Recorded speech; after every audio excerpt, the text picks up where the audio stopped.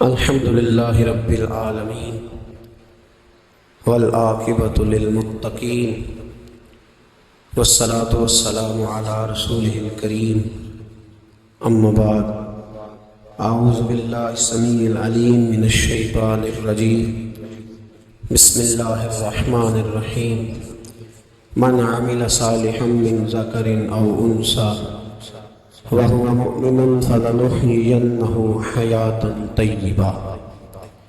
قال الله تبارك وتعالى في مقام آخر ومن أعرض عن ذكري فإن له معيشة ضنكا. صدق الله العظيم وصدق رسوله النبي الكريم. إن الله وملائكته يصلون على النبي يا أيها الذين آمنوا صلوا عليه وسلموا تسليما. اللهم صل على سيدنا ومولانا محمد معدن الجود والکرم وآلہ وصحبہ وبارک وسلم. عزیز دوستو، انسانی زندگی اثرات لیتی ہے. اچھے اثر بھی ہوتے ہیں، برے اثر بھی ہوتے ہیں. انسان کو موسم کا اثر بھی ہوتا ہے، انسان پر اس کے خاندان کا اثر بھی ہوتا ہے، انسان پر صحبت کا اثر بھی ہوتا ہے. بالکل اسی طرح انسان پر اس کی نیکی کا اثر بھی ہوتا ہے اور گناہوں کا اثر بھی ہوتا ہے. نیکی دل کو سکون دیتی ہے، گناہ انسان کو پریشان کر دیتے. نیکی اللہ کی رحمت کو متوجہ کرتی ہے. پھر حالت یہ ہوتی ہے کہ انسان اپنی ان پریشانیوں کا حل کہیں اور ڈھونڈتا پھرتا ہے. حالانکہ جب گناہوں کی بیماری لگے تو اس کی شفا توبہ میں ہوتی ہے، اس کا حل اللہ کے حضور معافی مانگنے میں ہوتا ہے، پہچاننے میں ہوتا ہے کہ مجھ سے کہاں غلطی ہو گئی، کس جگہ جا کے کمزوری میں نے دکھائی. ہر انسان اچھی، ٹھنڈی، خوبصورت، سکھ والی زندگی چاہتا ہے. اللہ کریم نے سورہ نحل کے اندر ارشاد فرمایا من عمل صالحا من ذکر او انثی، فرمایا جو بھی اچھے عمل کرے، چاہے مرد ہو چاہے عورت ہو، وَهُوَ مُؤْمِنٌ، شرط یہ ہے کہ مومن ہو. فَلَنُحْيِيَنَّهُ حَيَاةً طَيِّبَةً، فرمایا ہم اسے پاکیزہ زندگی عطا فرما دیں گے، حیات طیبہ دے دیں گے اسے، پاکیزہ زندگی. شرط کیا ہے؟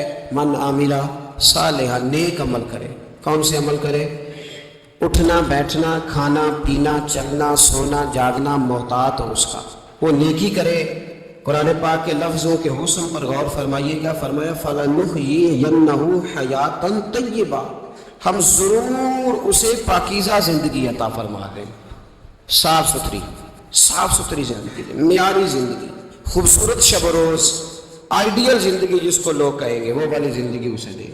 اور دوسرے مقام پر سورہ طٰہٰ کی آیت نمبر 124 میں فرمایا وَمَنْ أَعْرَضَ عَنْ ذِكْرِي، جو ہمارے ذکر سے منہ پھیرے گا، جو ہمارا کھا کے چہرہ کسی اور طرف کرے گا، جو چلے گا ہماری زمین پر لیکن توجہ کسی اور طرف ہوگی، آسمان کی چھت ہماری بنائی ہوئی لیکن اس کے خیالات کہیں اور ہوں گے، فَإِنَّ لَهُ مَعِيشَةً ضَنْكًا، فرمایا ہم اسے تنگ زندگانی عطا کر دیں.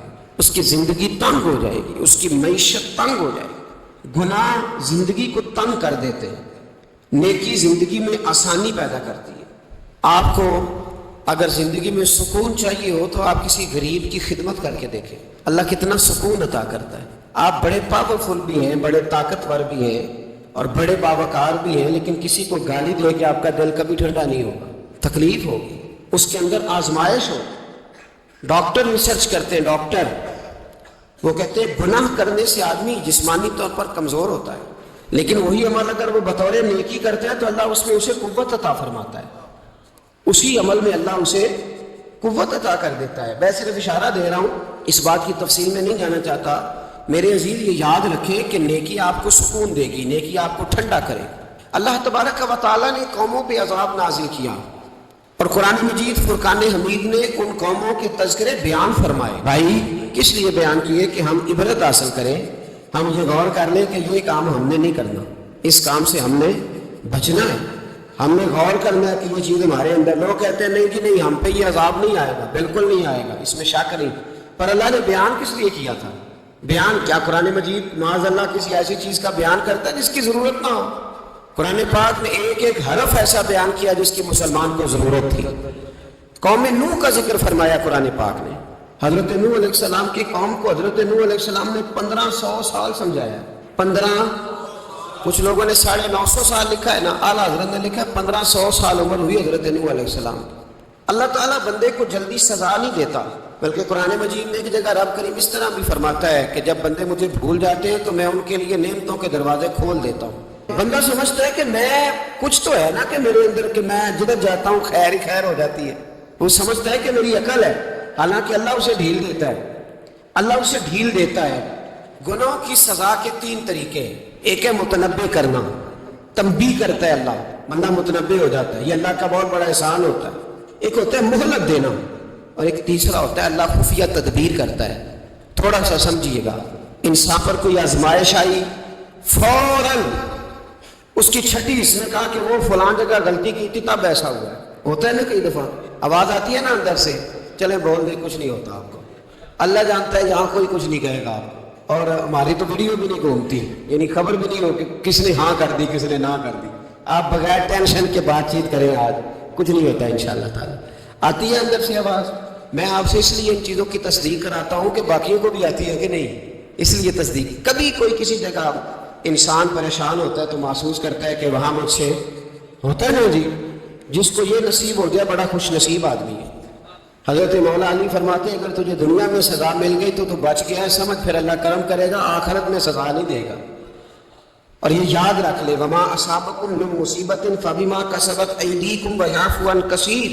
اللہ فرماتے ہیں دنیا میں تجھے جو بھی تکلیف پہنچتی ہے وہ تیرے ہاتھوں کے کرتوتوں کی وجہ سے پہنچتی ہے. ویعفو عن کثیر، فرمایا کثیر گناہ تو میں ویسے ہی معاف کر دیتا ہوں. یہ جو تیری زندگی میں دکھ ہے نا، یہ بھی میری قلیل سزائیں ہیں. یہ کثیر پر سزا، یہ قلیل ہے، قلیل یہ جو تمہاری زندگی میں تکلیف ہے.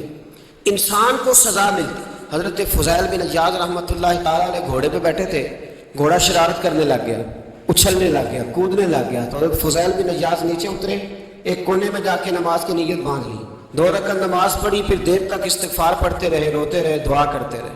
واپس آئے، خادم عرض کرنے لگے حضور سمجھ نہیں آئی، گھوڑے نے تھوڑی سی شرارت کی، وہ بھدکا ہے، آپ نے اس کو چھوڑا ہے اور چھوڑ کر کے آپ نماز میں لگ گئے. تو حضرت فضیل بن عیاض فرمانے لگے جب بندہ اللہ کی نافرمانی کرتا ہے نا تو جو چیزیں اس کی فرما بردار ہوتی ہیں وہ اس کی نافرمانی کرنے لگ جاتی ہیں. تو مجھے محسوس ہوا تھا کہ میں نے کہیں اللہ کی نافرمانی کی ہے، اس لیے ایسا ہوا ہے کہ میرے گھوڑے نے میری، تو میں توبہ کرنے لگا ہوں.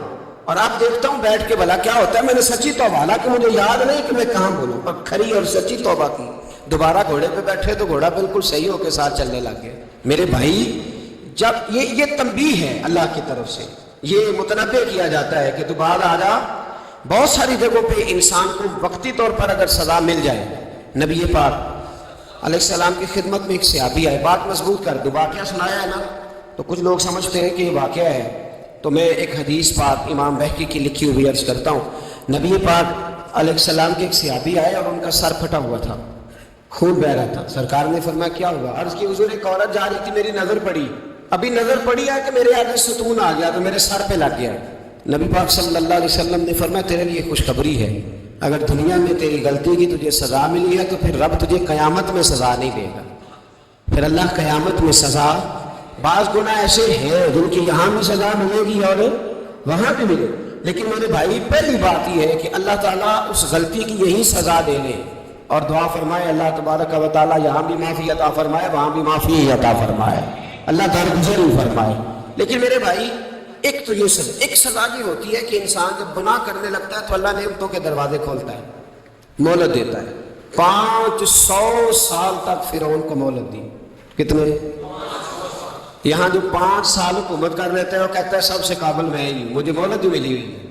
500 سال مہلت دی اللہ تعالیٰ نے. اور فرعون کی قوم پر پتہ عذاب کس طرح کیا ہے؟ ٹڈیاں مسلط کر دی اللہ نے. یہ گھومتی نہیں چھوٹی سی، ہم اپنی زبان میں اس کو کچھ لوگ مختلف ناموں سے یاد کرتے ہیں، کوئی مکڑی کہتا ہے، کوئی کچھ کہتا ہے. مسلط کر دی، جاتی نہیں. ان پر بنی اسرائیل کے ان مقابل جو فرعون کی قوم تھی ان پر الزام اس طرح کا عذاب آیا کہ مینڈک مسلط کر دی اللہ تعالیٰ. برتن کھولتے تھے اندر مینڈک نکلتا تھا، دنیا کی ہر دوائی استعمال کرتے تھے لیکن مینڈک نکل آتا تھا. تھوڑا سا سمجھا کریں چیزوں کو. ہمارے رنگ نہیں زیادہ گورے کہ ہم پر عذاب نہیں آتا، کوئی بہت زیادہ اللہ تعالیٰ معاف فرمائے دولت نہیں جمع کرا بیٹھے شاہی خزانے میں کہ ہم سے پوچھا نہیں جائے گا. یہ مہلت ہے, مہلت کو مہلت سمجھو. پھر جب پکڑ آتی ہے نا اللہ کریم کی, میں نے دیکھا ہے کروڑوں روپیہ 6 اولادیں. ایک شخص کے بچے باہر سے آ رہے تھے, وہ بندہ بیمار تھا, مجھے کہنے لگا حضرت جی دعا کریں میں ان کے آنے سے پہلے مر جاؤں ورنہ آ کے مجھے مار دیں گے, تو دعا کریں. اتنی بے سکونی, کروڑوں روپیہ پڑا تو یہ عذاب نہیں, کوئی ضروری ہے کہ پتھر ہی برسیں گے تو سمجھ آئے گی. یہ جو سگا بیٹا بوڑھے باپ کے قریب سے گزر جاتا ہے, سلام نہیں لیتا تو اس کو عذاب نہیں سمجھتے. یہ جو امت کی بیٹیاں, امت کی بچیاں, ہماری بچیاں ایک سال کے اندر 75,000 ہزار بچی ایک ڈویژن سے بھاگ کے شادی کر رہی ہے, ایک صوبے سے, تو اس کو آپ اللہ کا عذاب نہیں سمجھتے؟ یہ معمولی بات ہے. نہیں ہمارے رنگ ہو رہے ہیں, ہم بڑے سمارٹ ہیں. 1500 سال مہلت دی نوح علیہ السلام کی قوم کو. کتنے سال؟ بول کے بتائیے, بول کے دوبارہ بولیے. 1500 سال. کوئی آدمی اپنی سمارٹنس پہ خوش نہ ہو جائے کہ 20 سال ہو گئے میں تو نافرمانی بھی کر رہا ہوں, روٹی بھی پک رہی ہے, میں تو حرام بھی کھا رہا ہوں, پھر بھی سب ٹھیک ہے. 1500 سال مہلت دی. پھر حضرت نوح کہنے لگے اللہ میں نے تو بڑا سمجھایا نہیں باز آتی. تو رب کریم نے فرمایا کشتی بناؤ. اللہ کے پیغمبر کشتی بنانے لگے تو قوم مذاق اڑانے لگے. اب کیا کرنے لگے ہو؟ اب کشتی بنانے لگے ہو, خیر تو ہے, قوم مذاق اڑا رہی ہے. حضرت نوح علیہ السلام کا آپ نے کشتی بنائی, پانی کہاں سے نکلا؟ نہ بارشیں ہوئی نہ سیلاب آئے, ایک تندور تھا اس کے اندر سے پانی نکلنا شروع ہو گیا. کبھی تندور سے بھی پانی نکلا ہے, اور جب نکالنے والا چاہتا ہے تو وہاں سے بھی ایک تندور سے پانی نکلا. اتنا نکلا کہ قوم ساری ڈوب گئی. قرآن مجید کے صفحات شہادت دیں گے کہ حضرت نوح کی قوم کا بچہ بہ گیا, بچے صرف وہ تھے جو حضرت نوح کے ساتھ ہو گئے, تباہ ہو گئی. اللہ بے نیاز ہے, بے نیاز. 1500 سال مہلت ملے اور تو پھر بھی کہے رب بڑا کریم ہے معاف کر دے گا. 1500 سال تجھے گنجائش دے اور تو کہے کوئی نہیں, بات معافی ملنی چاہیے ابھی بھی. میرے بھائی, حضرت صالح علیہ السلام کی قوم, حضرت صالح نے تبلیغ شروع کی تو کہنے لگے پہلے معجزہ دکھاؤ. جی آج تو نہیں لوگ معجزے مانگتے, آج بھی لوگ کرامتے اور معجزے, اللہ معاف کرے, جو چیزیں معجزہ تو ہو نہیں نہ سکتا, لیکن آج بھی لوگ, آپ یقین کریں, کہتے ہیں یہ بڑی نمازیں پڑھتا ہے تو پھر بخشا کیوں نہیں گیا, پھر کیوں نہیں منو سلوا کیوں نہیں اترا اس پر, پھر میں بھی اسی طرح ہی ہوں, کیا اس کے اندر خوبی آ گئی؟ مولوی بھی ویسے ہی ہے, صوفی بھی ویسے ہی ہے. لوگ مان نہیں رہے, لوگ دلیلیں مان نہیں رہے, ابھی بھی لوگ بحث نہیں کرتے. کیا فرق آ گیا جی؟ ویسے ہی ہے سارے. اللہ تعالیٰ سے ڈرنا چاہیے. ہمیں سامنے والے کی طرف دیکھ کر صحیح ہونے کا حکم نہیں ہے, ہمیں اپنی اصلاح کا حکم ہے. اپنی طرف دیکھ کے اپنے آپ کو ٹھیک کرنے کا. الزام لگا کے گزر جانا, اس کا کوئی مطلب سنو اور یاد رکھو.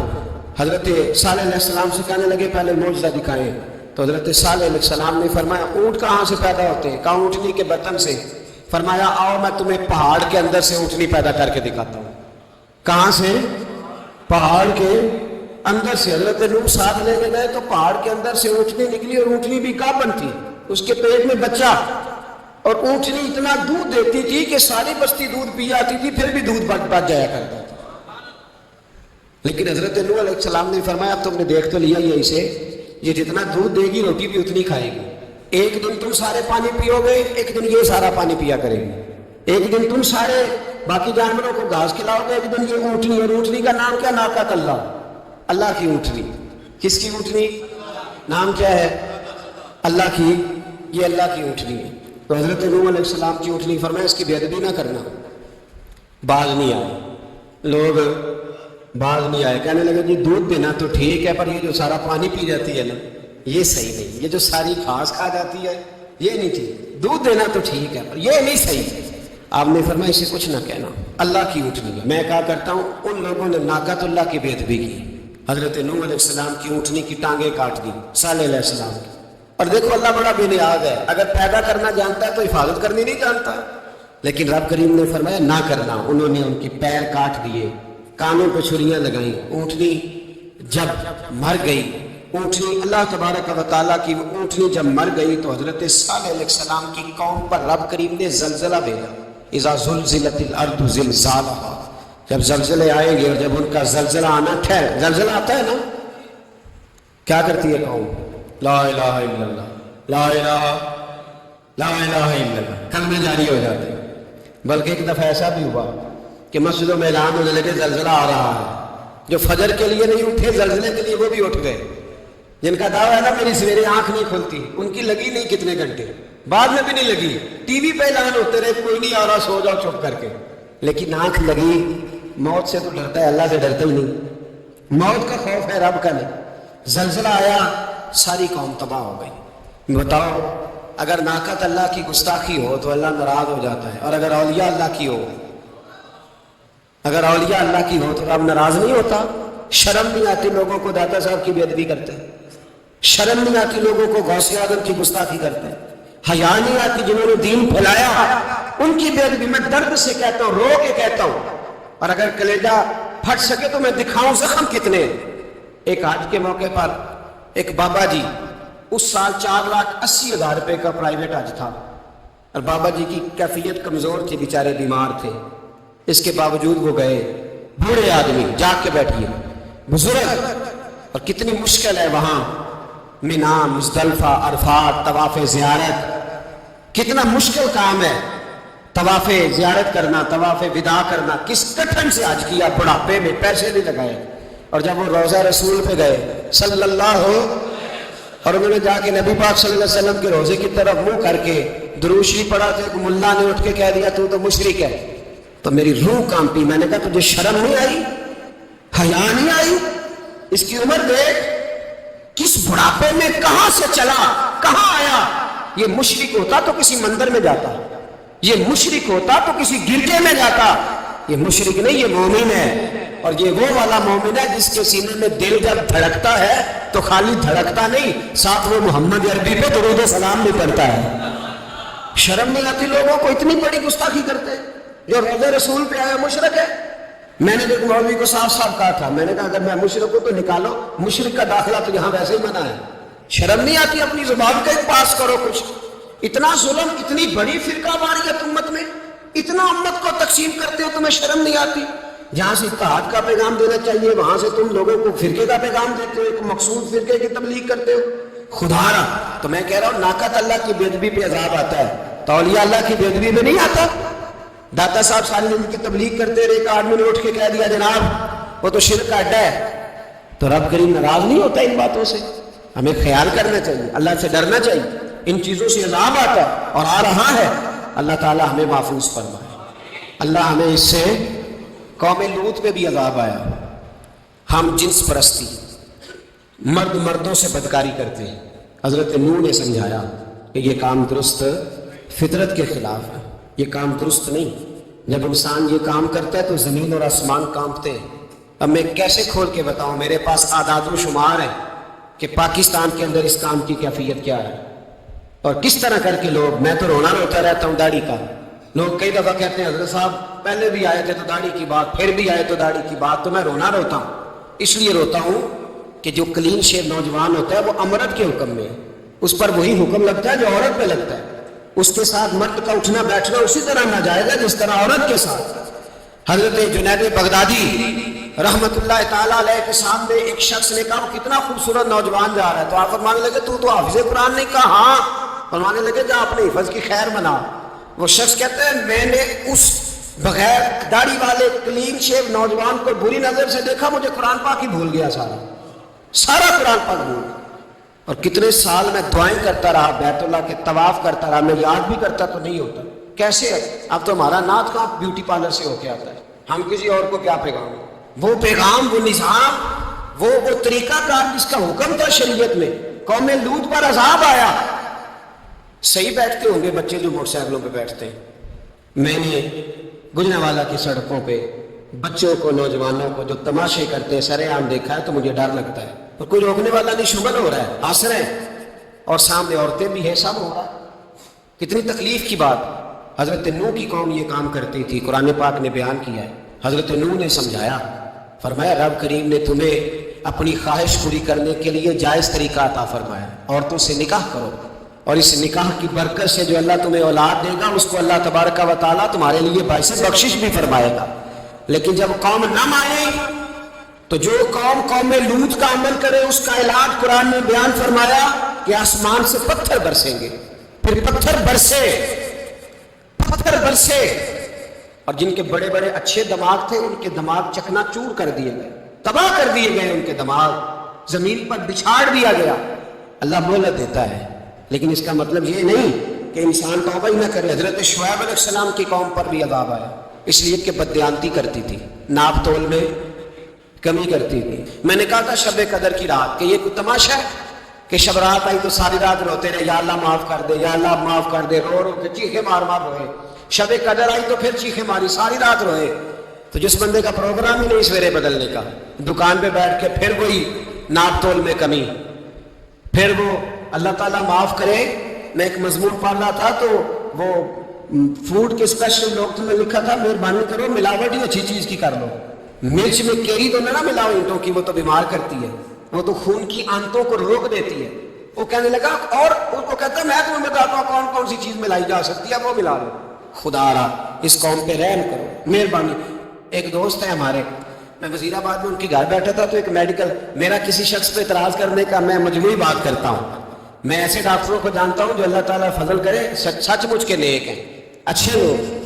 تو بچے کا میڈیکل سٹور ہے, تو والد بیمار ہو گیا, تو کہتا ہے ابا جی ڈاکٹر صاحب نے کہا آپ کو ڈرپ لگنی ہے. تو سگے باپ کو ڈرپ لگانے لگا تو باپ کیا کہتا ہے پتر تیری مہربانی میرے کوئی اصلی لائی اور نہ لائی جی لوگوں نے لانا ہے. اب وہ پیار سے سنا رہا ہے بات. میں نے اسے کہا کہ یہ تو ڈوب مرنے کا مقام ہے نا, ڈوب مرنے کا مقام, کہ جس ملک کے اندر دوائی بھی صحیح نہ بکے, اصلی نہ ملے دوائی بھی, اور پھر وہ قوم کہے کہ ہم نے تو پورے روزے رکھے, ہم نے تو بڑا صدقہ اور خیرات کیا, دوائی بھی اصل نہ ملے. جناب شعیب علیہ السلام کی قوم ناپ تول میں کمی کرتی تھی, تو اللہ تبارک و تعالیٰ نے ان پر بتا عذاب کس طرح کا بھیجا. شدید گرمی ہوئی, اللہ ہمیں محفوظ فرمائے. سارے آمین کہہ دیا. دیکھیں کتنا اچھا موسم کر دیا رب کریم, اللہ ہمیں محفوظ فرمائے, اللہ رحمت فرمائے. شدید گرمی کی لہر آئی, باہر اتنی گرمی ہوئی کہ لوگ اپنے گھروں میں گھس گئے. جس طرح سورج کی شعائیں گھروں کے اندر داخل ہو جاتی, اس طرح گرمی کی لہر اندر داخل ہوئی. اور جس طرح کسی کو آگ لگ جائے تو وہ آدمی اچھلتا کودتا ہے نا, اس طرح یہ لوگ اچھلنے لگے اور اچھل کود کے مر گئے. جرم کیا تھا؟ ناپ تول میں کمی کرتے. حضرت داؤد کی قوم بھی تباہ ہوئی. جرم کیا تھا؟ ہفتے والے دن مچھلیاں نہیں پکڑنی تو یہ پکڑتے تھے. حکم ہے نا مسلمان کو نماز کے ٹائم کوئی اور کام نہیں کرنا, نماز پڑھنی ہے. میرے خیال ہے مسلمان تو فٹافٹ آ جاتے ہیں, سارے پہنچ جاتے ہیں نا مسجدوں میں. ہلکا ہلکا بول رہے ہیں, کیوں نہیں پہنچتے؟ اگر حضرت سیدنا, اور پتہ انہیں سزا کیا ملی, اللہ نے فرمایا اس ٹائم عبادت کرنے میں کام نہیں کرنا, وقت نہیں ہے کام کا. انہوں نے مچھلیاں پکڑی, 12,000 لوگ تھے. پتہ مالک نے سزا کیا دی؟ بندر بنا دیا. اللہ کریم قرآن مجید کا پہلا سپارہ پڑھے, فَجَعَلْنَاهَا نَكَالًا لِمَا بَيْنَ يَدَيْهَا وَمَا خَلْفَهَا. اللہ فرماتے ہیں پچھلوں کے لیے بھی عبرت بنا دیا, بعد والوں کے لیے بھی عبرت, نشان عبرت بنا دیا. بندر بن گئے, اور جو ان کے دوست جو بچ گئے تھے ان کے پیر چومتے تھے, روتے تھے. 3 دن بندر بن کے زندہ رہے. پھر اللہ نے سب کو اجتماعی موت دے دی. اگر مسلمان سے اللہ کہے کہ نماز کے ٹائم کاروبار نہیں, جمعے کے ٹائم کاروبار ہے, تو مسلمان کہتا ہے نہیں مجھے مہلت ملی ہوئی ہے. یہ تو اس وقت پتہ چلتا ہے نا جب بچے ڈیوٹی لگاتے, ہاں عذاب آتا ہے, اس وقت پتہ چلتا ہے. میں نے دیکھا یہ منظر, اس وقت پتہ چلتا ہے جب بچے کسی ملازم 6,000 کی ڈیوٹی لگاتے, کہتے ہیں ابے کا دھیان رکھنا, ہم دکان پہ بیٹھنے لگے. پھر اسے سمجھ آتی ہے اگر میں نماز کے ٹائم مسجد میں ہوتا تو آج میری اولاد میری خدمت پہ ہوتی. میں نماز کے ٹائم مسجد نہیں گیا تو بچوں نے 6,000 کا ملازم بٹھایا ہے, ابا جی کا خیال رکھ, ایک نرس بلائی ہے, تو خیال رکھ. کدھر ہوتے ہیں مسلمان نماز کے ٹائم؟ ایک عیسائی نے اعتراض کیا ہے, سنیں. وہ کہتا ہے مجھے لگتا ہے مسلمانوں کے 3 خدا ہیں. مسلمان اڑ گیا, کہنے لگا نہیں ہمارا تو ایک ہے. کہا نہیں 3 ہے. معاذ اللہ استغفر اللہ, ہمارا ایک ہے. کہنے لگا نہیں میں ثابت کرتا ہوں, ایک تمہارا خدا 5 نمازوں کا ہے, ایک رمضان کا ہے, ایک عید کا ہے. لگتا ہے معاذ اللہ عید والا زیادہ تگڑا ہے, تم زیادہ آتے ہو. رمضان والا لگتا ہے اس سے کچھ کمزور ہے, تم تھوڑے آتے ہو. اور 5 نمازوں والا شاید سب سے کمزور ہے. بات عقل کی ہے کہ نہیں؟ اس نے اعتراض ٹھیک کیا. تو مسلمان کو چاہیے نا خیال کرے. ایک یہودی نے لکھا تھا, اس نے کہا تھا جس دن مسلمانوں کی تعداد فجر کی نماز میں اتنی ہو گئی جس دن جمعے جتنی جمعے میں ہوتی ہے, اس دن نہ کوئی یہودی سازش کرے گا نہ کوئی عیسائی تلوار نکالے گا. شرط یہ ہے کہ یہ اسی طرح فجر پڑھنے آئے جس طرح جمعہ پڑھنے آتے ہیں. تو پھر کوئی شخص بھی ان کو کسی جگہ شکست دے سکتا تو اپنے ہمارے گناہ ہمیں پریشان کرتے. یہ جتنی آزمائشیں ہیں ان کے پس منظر میں گناہ ہیں. ہماری زندگی کے اندر جتنی تکلیفیں ہماری پریشانیوں کا سبب ہم خود ہیں. بہت ساری جگہوں پہ ہم غلطی کرتے ہیں، اس کی ہمیں سزا ملتی. غلطی کی سزا. ایک نوجوان نے مجھے بڑی گہری بات سنائی، میرا قریبی تعلق تھا. کہنے لگا گھر میں بڑا مسئلہ ہے، بڑی پریشانی ہے، ماں اور بیوی کا ماحول اتنا سخت ہو گیا ہے کہ نمٹ نہیں سکتا. آپ یقین کریں میں نے ڈیٹیل سے ساری چیز کو اسٹڈی کیا، میرے پاس اتنا وقت نہیں ہوتا، پھر بھی میں نے اس فیملی کو پورا پڑھا تو غلطی نوجوان کی نکلی. نہ اس پہ اماں اعتبار کرتی ہے نہ بیوی اعتبار کرتی ہے. اس نے جھوٹ بول بول کے اس طرح کی ماحول پیدا کر دیا ہے کہ کوئی اس پر اعتماد کرنے کو تیار ہے. اگر آپ ناراض نہ ہو تو ایک بات کروں، پتہ ہے گھر میں ماحول کب خراب ہوتا ہے؟ باہر والے ہماری تقریر سنتے ہیں، گھر والے ہمارا عمل دیکھتے ہیں. جب وہ دیکھتے ہیں نا کہ یہ کس طرح کا شخص ہے، اس کے رویے، اس کا کردار، اس کا لب و لہجہ کتنا برا ہے اور یہ کردار کا کتنا کمزور ہے. اعلیٰ حضرت فرمایا کرتے تھے نیک وہ ہوتا ہے جس کی تنہائی صاف ستھری ہوتی ہے. اس لیے ماحول بگڑ جاتا ہے. یہ جو ہم کہتے ہیں نا میرے سجن بڑے بنتے ہیں پھر ٹوٹ جاتے ہیں، کچھ لوگ ایسے ہوتے ہیں جو ان کے پاس جاتا ہے انہی کا ہو جاتا ہے. وہ کہیں اور کے قابل کیوں بلا؟ اس لیے کہ ان کے کردار میں ٹھنڈک دیکھتا ہے، ان کے لب و لہجے میں مٹھاس دیکھتا ہے، اس شخص میں اتنی خوبصورتی دیکھتا ہے کہ اسی کا بن جاتا ہے. حضرت ابراہیم بن ادم کے پاس ایک نوجوان آیا، کہنے لگا میں گناہ کرنا چاہتا ہوں. فرمانے لگا بالکل کر، اللہ کا دیا ہوا رزق کھانا چھوڑ دے اور گناہ کر. کہنے لگا یہ نہیں ہو سکتا. فرمانے لگے چل پھر اس طرح کر، رب کی زمین پہ نہ رہ، کسی اور کی زمین پہ چلا جا. کہنے لگا یہ بھی نہیں ہو سکتا. فرمانے لگے چل اللہ کی چھت سے نکل جاؤ. کہنے لگا یہ بھی نہیں ہو سکتا. تو آپ رو پڑے. فرمانے لگے پھر جناب اسرائیل جب آئیں تو ان سے کہنا مجھے 2-3 سال کی مہلت دے دیں، پچھلی میری گناہوں میں گزر گئی، میں ذرا 3 سال عبادت کر لوں. تو وہ شخص بھی رونے لگا. کہنے لگا حضور وہ مہلت نہیں دیتے، وہ جب لینے آتے ہیں تو پھر لے کے اللہ تعالیٰ نے جب انسان بنانا چاہا نا تو جناب جبریل کو کہا مٹی لے کے آ زمین سے. حضرت جبریل نے مٹی پہ ہاتھ ڈالا تو باقی کی مٹی رونے لگ گئی، اسے جدا نہ کر. تو جناب جبریل چھوڑ کے چلے گئے. حضرت میکائیل کو بھیجا مٹی لا، مٹی پہ ہاتھ ڈالا تو باقی کی مٹی رونے لگ گئی، چھوڑ کے چلے گئے. جناب اسرائیل کو بھیجا، مٹی پہ ہاتھ ڈالا تو باقی کی رونے لگ گئی، چھوڑ کے نہ جاؤ. تو حضرت اسرائیل فرمانے لگے تیرا رونا دیکھو کہ رب کا حکم دیکھو. وہ لے گئے. جب پیش کی تو رب کریم نے فرمایا اسرائیل جان نکالنے کی ڈیوٹی بھی تیری، تو مٹی کو لے آنا، باقی مٹی روتی بھی رہے تو روتی رہے.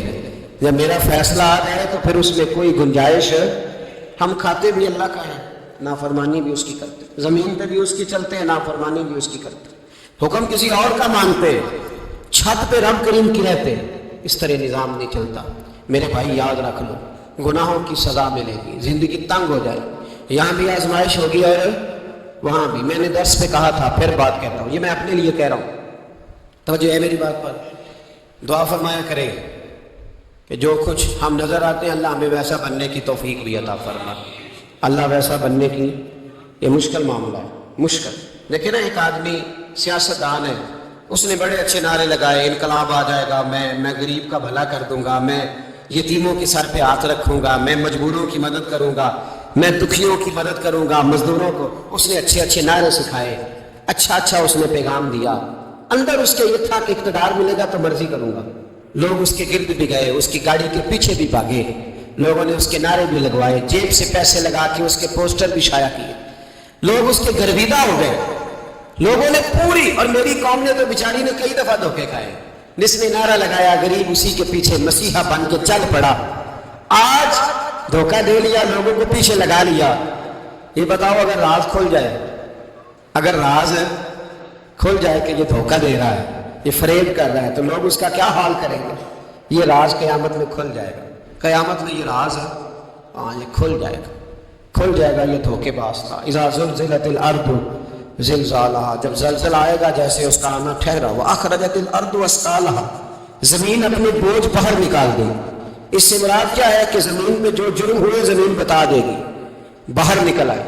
وقال الانسان ما لہا، انسان کہے گا اسے کیا ہوا، تو سب کچھ بتا رہی، بوجھ باہر نکال دے گی. ایک آدمی پیر طریقت بن کے بیٹھ گیا، جبہ کھپا پہن کے، بڑی پگڑی باندھ کے بیٹھ گیا، اچھی نیک باتیں بتانے لگا. لوگ اس کی دست بوسی کرنے لگے، ہاتھ چومنے لگے، پیچھے لگ گئے، خدمت کرنے لگے، جیب سے نذرانہ دینے لگے۔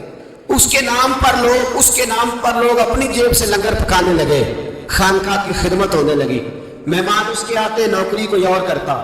میں نے کہا تھا شاید اپنے لیے کہہ رہا ہوں، ڈیوٹیاں لوگ کرنے لگے، حالات بدلنے لگے، لیکن اس کے اندر تو چور تھا، وہ تو دکاندار تھا، تو یہاں جو اس کے پیچھے لگے تو وہ تو سچے تھے، انہیں تو اجر ملے گا، لیکن اس کا جب راز کھلے گا تو بڑی رسوائی ہوگی، اس کا جب راز کھلے گا تو بڑی۔ ایک میری طرح کا دیندار تھا، جو چہرے کا تو نیک تھا، اندر پتہ نہیں کیا کچھ تھا۔ ایک طوائف گزر رہی تھی، اس نے اس کو تبلیغ کر دی، کہنے لگا بس کر دے، سیانی بن جا۔ تو کسی دانشور نے لکھا ہے، اس نے بڑا سخت جواب دیا اس عورت نے، کہنے لگی بابا میں تو جو ہوں وہ نظر بھی آ رہی ہوں، تو بتا جو تو نظر آتا ہے وہ تو ہے کہ نہیں؟ اس بندے نے چیخ ماری اور بے ہوش ہو کے گر پڑا۔ تو لوگوں نے کہا بابا آج کسی صوفی کا کلام سنا ہے جو بے ہوش ہو گیا؟ تو اس نے کہا نہیں، آج طوائف کی بات سنی ہے، طوائف کی، اور وہ عجیب بات کر گئی ہے، وہ کہہ گئی ہے میں تو جو ہوں میں نظر آ رہی ہوں، تو بھی تو بتا نا، تو بتا کہ تو دستار امامت پہنتا ہے،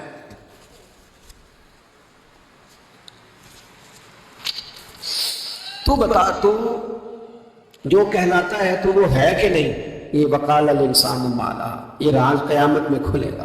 ہم جو کچھ بتا رہے ہیں نا اپنی زبانوں سے، ہمیں اپنے گناہوں کا احساس ہونا چاہیے۔ ایسا نہ ہو کہ جب سزا ملے تو پھر اس طرح کی ملے کہ دوبارہ کسی کو کوئی منہ دکھانے کے قابل نہ رہے۔ میرے بھائی یاد رکھیں اور سمجھیں، گناہ انسان کی زندگی کو تنگ کرتے ہیں۔ میرے نبی پاک علیہ السلام نے فرمایا جب تو جھوٹ بولتا ہے تو تیرے فرشتے کرامت کاتبین سائڈ پہ ہو کے کھڑے ہو جاتے ہیں، جب تو زنا کرتا ہے تو تیرے اندر سے ایمان نکل جاتا ہے۔ اور نبی پاک علیہ السلام نے فرمایا جب میری قوم میں ناانصافی عام ہو جائے گی تو قتل بھی عام ہو جائے گا۔ اور سن لو لکھ لینا یہ حدیث دل کی تختی پر، نبی پاک علیہ السلام نے فرمایا جب میری قوم میں بے حیائی اور بدکاری عام ہو جائے گی تو دو سزائیں اللہ دے گا، ایک تو جوان موتیں آئیں گی، جوان بچے کچھ بھی نہیں دیکھا چلے گا، اور دوسری سزا اللہ یہ دے گا کہ ایسی بیماریاں آئیں گی جن کا علاج نہیں ملے گا، ایسے امراض پھوٹ پڑے گا۔ اگرچہ میں آپ کو ایسی تقریر بھی سنا سکتا تھا جس پہ آپ بہت زیادہ محظوظ ہوتے، پر میں نے اس جمعے میں ایسا موضوع چنا ہے جس کا ہمیں خاص ضرورت ہے۔ بھائی دیکھیں تو صحیح کہ ایسا تو نہیں کہ ہم ان عیبوں میں مبتلا ہیں۔ میرے نبی کریم علیہ السلام نے فرمایا جب تم نیکی کا حکم دینا اور برائی سے منع کرنا چھوڑ دو گے پھر اللہ تم پر ظالم حکمران مسلط کرے۔ اور اگلے لفظ اس سے بھی زیادہ سخت ہیں، محبوب فرمانے لگے پھر تمہاری نیک لوگ دعائیں بھی کریں گے تو اللہ وقتی طور پر ان کی دعاؤں کو بھی قبول نہیں فرمائے گا، اس لیے کہ تم لوگوں نے نیکی کا حکم دینا اور بھلائی سے روکنا چھوڑ دیا۔ عزیزو یاد رکھو جب گناہ عام ہوتے ہیں تو پھر حالات بدلتے ہیں اور لوگوں کو سزا ملتی ہے ان کے گناہوں کی، بلکہ یہاں تک لکھا ہے کہ نیت خراب ہو تو سزا شروع ہو جاتی ہے۔ کیا خراب ہو؟ بولیے گا، نیت بھی خراب ہو تو سزا۔ حضرت رومی کہتے ہیں ایک بادشاہ کو پتہ چل گیا کہ ایک آدمی نے بڑا اچھا باغ لگایا ہے، خوبصورت باغ ہے، مالٹے کا کنوں کا باغ، بڑا پیارا۔ بادشاہ نے کہا ذرا جا کے دیکھتا ہوں۔ بادشاہ سلامت باغ دیکھنے آئے تو اب وہ مزدور آدمی تھا، عام آدمی تھا جس نے باغ لگایا، کسان تھا، اس کو کہا کہ چند کنوں توڑ کے لایا تو بڑے پیارے لگے، ایک دو اور لایا، کھائے، بڑے میٹھے، بڑے پیارے، بڑے توانا، بڑا مزہ آیا۔ تو بادشاہ کے دل میں خیال آیا کہ اس پہ قبضہ نہ کر لوں باغ پہ۔ ہمارے یہاں نا کرائے پہ دکان دیتا نا مالک، تو جب کسی غریب کی چل جاتی ہے کہتا ہے تو خالی کر، میں نے خود ڈال لی ہے، چل گئی نا اس کی۔ حالانکہ رزق اپنے اپنے نصیب کا ہے، رزق اپنے اپنے نصیب کا ہے، جس کو اللہ تعالیٰ چاہتا ہے عطا کرتا ہے۔ تو اس کو کہا کہ اور توڑ کے لا، اور دل میں خیال ہے کہ یار اتنا اچھا باغ ہے قبضہ کر لیتے ہیں، ہماری حکومتیں قبضہ کر لیتی ہیں کہ چیز اچھی لگ جائے۔ اب وہ کسان 2-3 کنوں توڑ کے لایا، اس نے کھائے تو کھٹے نکلے، ترش تھے۔ کہنے لگا تجھے کیا ہو گیا ہے؟ تو بندہ بڑا صاحب دل تھا، کہنے لگا میں تو ٹھیک ہوں، آپ اپنی نیت سے پوچھیں کہیں خراب تو نہیں ہو گئی؟ تو کنوں میں بھی اس کا اثر آ گیا ہے، اپنی نیت، تو نیتیں بگڑ گئے نا، نیتیں۔ اب ایک بات کہنے لگا ہوں، غور سے سننا، جب تک دو بھائی اکٹھے کاروبار کرتے ہیں نیت ہوتی ہے کہ ہمارا گھر چلے گا، تب تک اللہ برکت دیتا ہے۔ اور جب اپنی اپنی جیبیں سمیٹنے لگ جاتے ہیں نا کہ یہ میرا 5,000 ہے آج میں گیا تھا اگرائی کرنے، یہ میرا 10,000 ہے آج میں نے زیادہ کی، جب وہ ٹٹولنے لگتے ہیں پھر اس دکان سے بھی برکت اٹھ جاتی ہے، پھر وہاں سے بھی برکت چلی جاتی ہے۔ فَإِنَّ لَهُ مَعِيشَةً ضَنْكَ، فرمایا جب تو میں منہ پھیر لیتا ہے پھر تیری زندگی اللہ تنگ کر دے، پھر وہاں سے بھی برکت، خوبصورتی، اثر اٹھ جاتا ہے۔ ایک سنار نے گلی میں یتیم چھوٹے سے بچے کو گھومتے دیکھا تو سنار بے اولاد تھا، بچے کو اٹھا کے گھر لے آیا، 18 سال اس بچے کی پرورش کی، اس کو پالا پوسا جوان کیا۔ سنار کے پاس وہ دکان پہ چلا جاتا، وہ کئی دفعہ دکان پہ رہتا، کئی دفعہ گھر میں رہتا، ایک دفعہ وہ دکان پہ تھا، بچہ گھر تھا، 18 سال کا جوان، اس کی بیوی اکیلی تھی، وہ جس نے ماں بن کے پالا تھا اس نے اسی پہ حملہ کر دیا، اس کا بازو بری نیت سے تھاما، بیوی چیخی، تھوڑی دیر گزری تو وہ نوجوان پیروں میں بیٹھ گیا، کہنے لگا اماں پتہ نہیں مجھے کیا ہوا، شام کو سنار آیا، بیوی چیخنے لگی، چلانے لگی، کہنے لگی آج عجیب بات ہوئی، جس کو میں نے جگر کا خون دے دے کے پالا اسی نے گندی نظر ڈالی۔ سنار محو حیرت ہے، بیوی کا خیال تھا کہ لاٹھ اٹھائے گا، ڈنڈا اٹھائے گا، نوجوان کو مارے گا، لیکن وہ رونے لگ گیا۔ اس نے کہا آج اس نے میرا بابو تھاما ہے، جانے کیا کیا ہے، پریشان ہونے لگ گیا، سجدے میں گر گیا، کہا تو بتاتا کیوں نہیں؟ تو وہ سنار کہنے لگا اس کی غلطی نہیں، 18 سال کے بعد آج مجھ پر بھی شیطان سوار ہوا تھا، ایک عورت آئی تھی، وہ اپنے بازوؤں میں چوڑیاں پہننا چاہتی تھی تو میں نے بھی گندی نظر سے ہاتھ ڈالا تھا، رب کریم نے مجھے فوراً اس کی سزا دی۔ جن کے گھروں میں بیٹیاں ہوتی ہیں ان کی نظریں گندی نہیں ہوتی، جو بیٹیوں کے باپ ہوتے ہیں، جو بہنوں کے بھائی ہوتے ہیں، ان کی نظریں گندی۔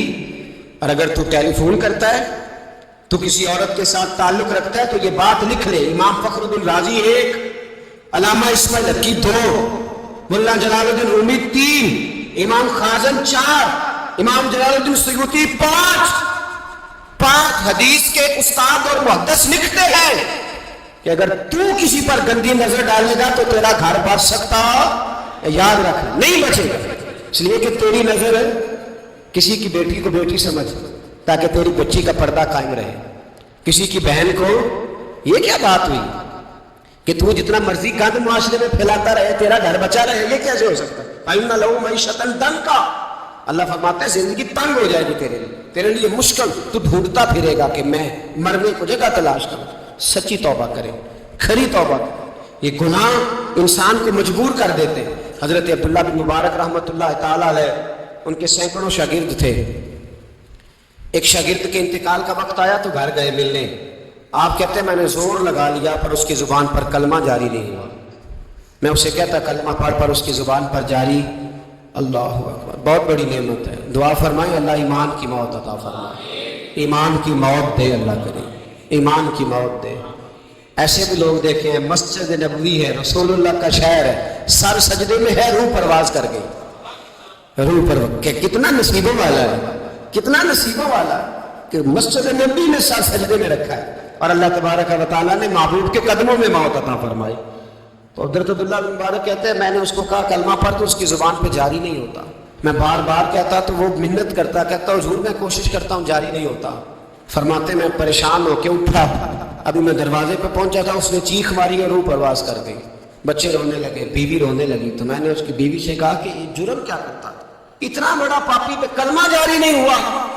اس کی زوجہ کہنے لگی حضرت جی 2 گناہ تھے اس کے، ایک تو یہ شراب کا عادی تھا، روکتی تھی باز نہیں آتا تھا، اور دوسری بات یہ کہ یہ اپنی اماں کا نافرمان تھا، وہ 2 گلیاں چھوڑ کے رہتی ہے، یہ کبھی ملنے نہیں گیا تھا، اس بوڑھی کا کلیجہ اس کی طرف سے بڑی تکلیف میں تھا۔ تو حضرت عبداللہ بن مبارک کہنے لگے جا تو بھی دعا کر، اس کی ماں کو بھی کہہ دعا کرے کہ یہاں تو یہ کلمہ نہیں اسے نصیب ہوا، اللہ کرے اللہ آخرت کی منزلیں اس کی بہتر فرما دے۔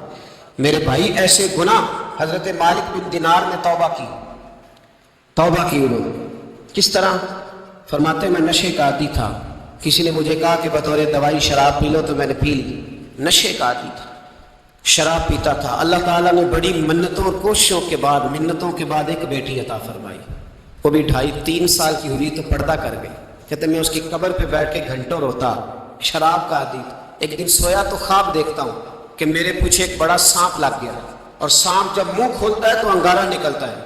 میں پھر دعا کرتا ہوں اللہ ہمیں معاف فرمائے، اللہ ہم سے درگزر. میں کچھ قبرستانوں میں جاتا ہوں تو میں وہاں میں سانپ بچھو پھرتے ہوئے دیکھتا ہوں تو ڈر آتا ہے کہ ہم یہاں آنے والے ہیں.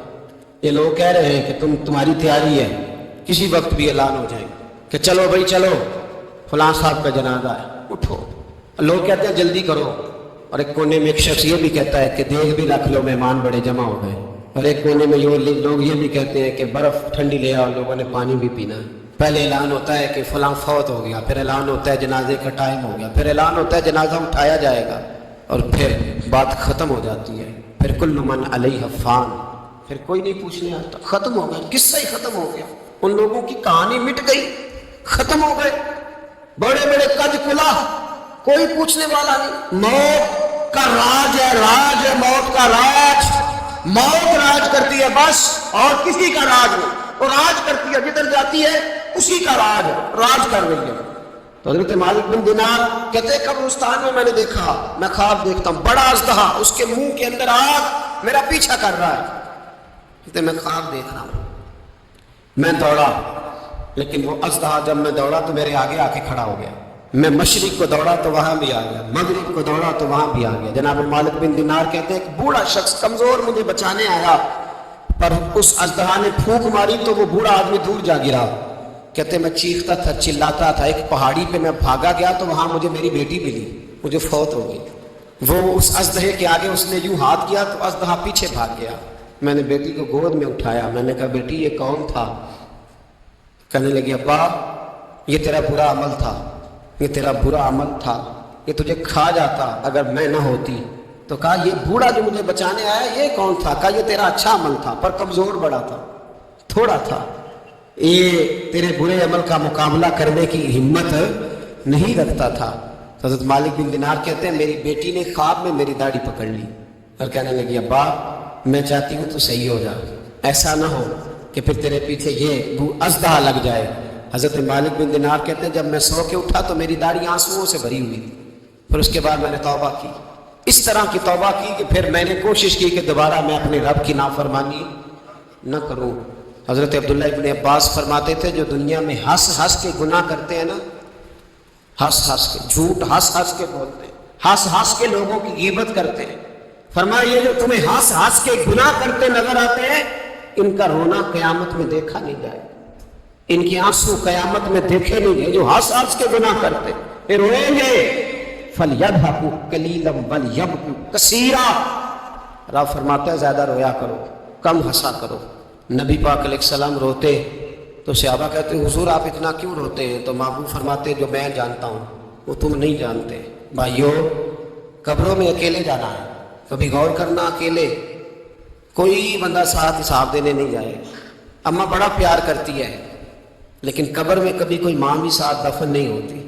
اپنا اپنا حساب دینا مشکل وقت ہے, حساب کر لینا چاہیے, تیاری کر کے رکھنی چاہیے. گناہ اگر یہاں ہماری زندگی کو تنگ کریں گے تو وہاں بھی ہمارے لیے مشکلات پیدا کریں. نبی کریم علیہ السلام نے فرمایا ہے کہ اللہ بڑا مہربان ہے, اللہ بڑا کریم ہے, اللہ بڑا ستار ہے. اور یاد رکھو جب کوئی اس کی ریٹ کو چیلنج کرے, جب کوئی اس کے قانون کو توڑے, جب کوئی اللہ کی اعلانیہ نافرمانی کرے, پھر رب کریم کی غیرت کو, اس کے عدل کو جوش آتا ہے. توبہ کرے سچی, مسجد کی حاضری دے پابندی کے ساتھ. میری آپ سے ہمیشہ یہ گزارش رہتی ہے کہ مسجد کی حاضری پابندی سے دے. میں اپیل کرتا ہوں داڑھی رکھ لیں, یہ میرے نبی کا طریقہ ہے صلی اللہ تعالی علیہ. واپس آ جائے, ہماری بقا نہ ہمارے دین میں, کوئی نہیں ہمیں رکھے گا, کوئی نہیں رکھے گا, کوئی نہیں رکھے. میرا ایک دوست رات بتا رہا تھا کہ سعودی عرب میں ایک شخص نے 30 سال محنت کی, تو جب وہ مرا ہے وہیں اس کے گھر میں فون کیا تو اس کے گھر والوں نے کہا جناب آپ کو مشکل ہوگی ڈیڈ باڈی بھیجنے میں, وہیں دفن کر دیں. ہاں اگر اس کا کوئی پیسہ ہے تو وہ ذرا اکاؤنٹ میں بھیج دیں, بچیوں کو ضرورت ہے. او بھائی تو اکیلا جائے گا, تیرے لیے مشکل ہو جائے. اپنے بھی ساتھ یقین کریں, بچے دعائیں کرانے آتے ہیں, کہتے ہیں حضرت جی دعا کریں اللہ اماں کی سختی معاف کر دے. اس کا مطلب کیا ہے کہ اماں اب جائے, اب ہمارا نمبر آئے. بچے تو انتظار کر رہے ہیں کہ ابا جائے اور گدی پہ ہمارا نمبر آئے.